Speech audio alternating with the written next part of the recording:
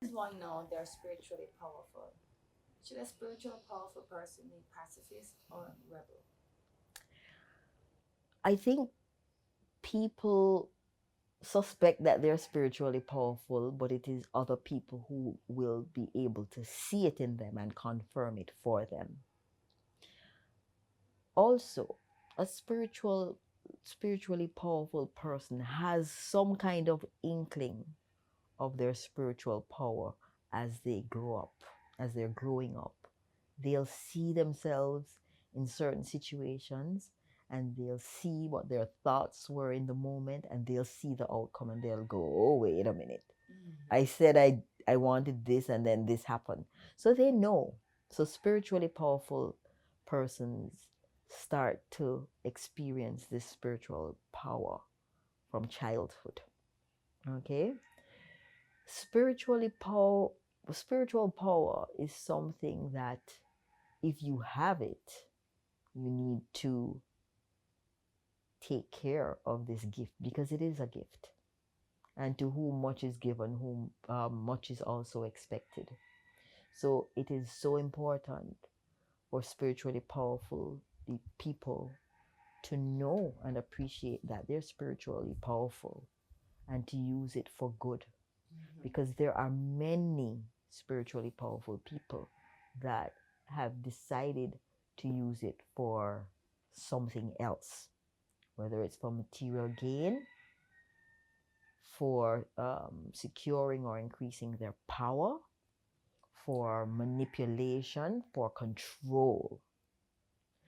So it's just very important for someone who knows that they have spiritual power to be wise and to use it for the reason for which it has been given. If you have been gifted with spiritual power, it means that you have been gifted with it to increase um, the good on this planet, to assist, to empower, to help, to heal, to grow and expand the spiritual aspects of mankind.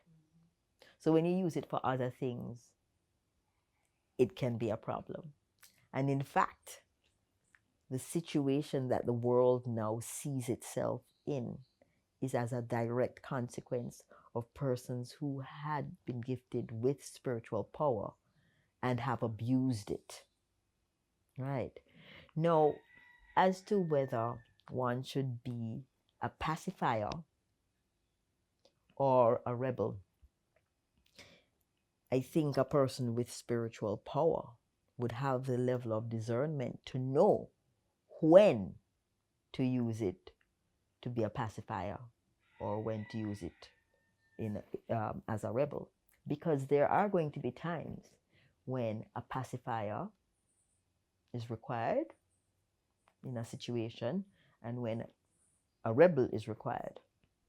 Now, people with spiritual power tend to end up amalgamating having a lot of people around them, and when or having control over large numbers of people.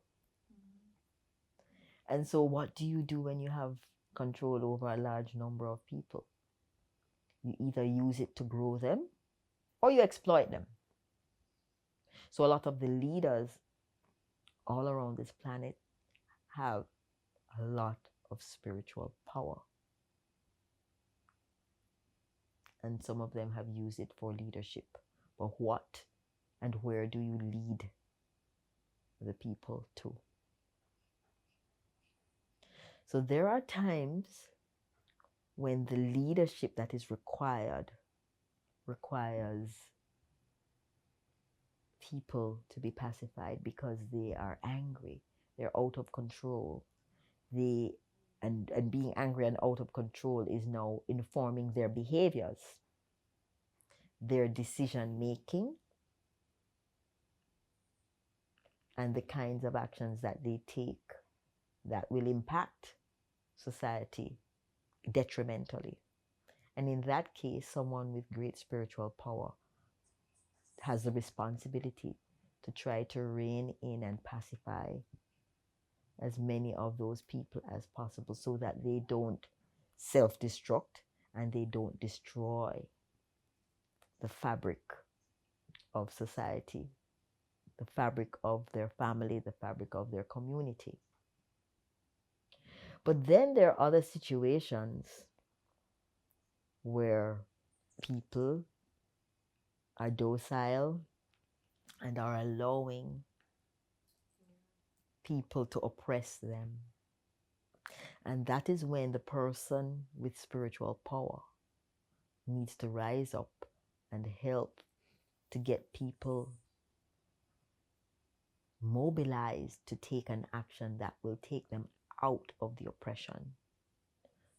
The two that comes to mind are, of course, Marcus Garvey. He had to create a little bit of friction so that people would be mobilized to take an action. Bob Marley also was someone with great spiritual power who used his music and his words to get people to mobilize around their freedom and their liberation. So those are the two that come to mind. So within the American context, we had Martin Luther King. Now, I know people are going to talk about agendas and affiliations, but for the most part, he was all about pacifying the people and he was all about peaceful protest. So he used his spiritual power to effect change in a society that had been oppressed. But he believed in a pacified approach. Malcolm X, on the other hand, was a little bit more out there, but very, very necessary at the time. There are a couple of others that come to mind as well, but most persons with spiritual power know exactly what it is that is required at the time.